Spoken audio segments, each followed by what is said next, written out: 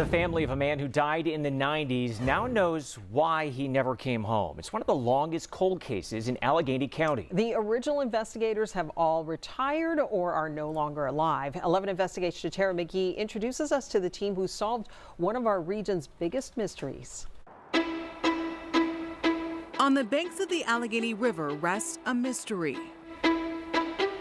These waters carried a secret for more than 3 decades. This is the only case here in Pittsburgh that this person's never been identified. A puzzle about to be pieced together. Let's rewind. August 1st, 1992. A caller on a payphone tells 911 dispatchers they'd just seen a murder. On the river dock between the 6th and 7th Street bridges, police find a crime scene and a man dead floating in the river. He was fingerprinted, didn't have any ID on him. Pittsburgh homicide detective George Satler investigates cold cases. He spends months trying to identify a suspect. But in this case, John Doe, because we didn't have a name. Good, man. Put it on the floor.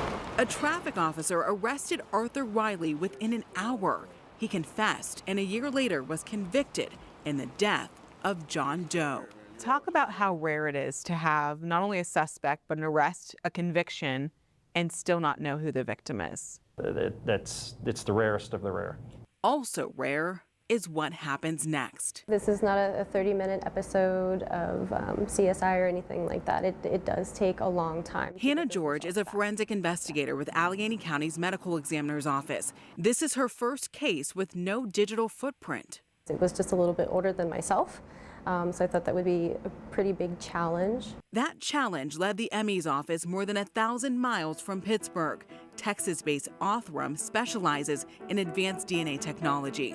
The focus for us is to digitize evidence. Colby Lazion says they've worked thousands of cases. They even linked Brian Koberger to the 4 University of Idaho students who were murdered.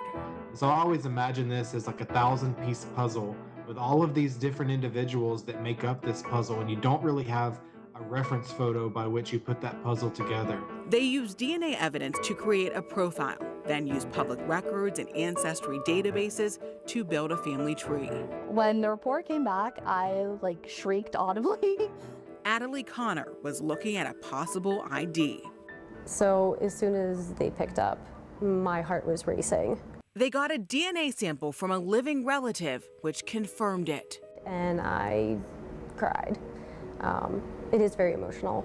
The family member believed that they were just going to be missing forever, and being able to provide them closure was just, I can't even really put it in words. Sometimes words leave a lot to be desired. So it took less than an hour to find the suspect and over 30 years to find the victim. Yeah.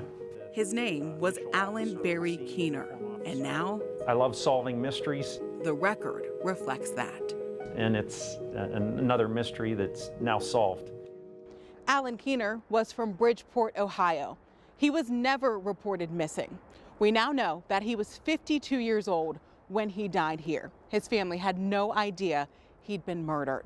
Pittsburgh police and the medical examiner's office are working with Othram on other cases, and the hope is with that work comes more answers. On the North Shore, Tara McGee, Channel 11 News.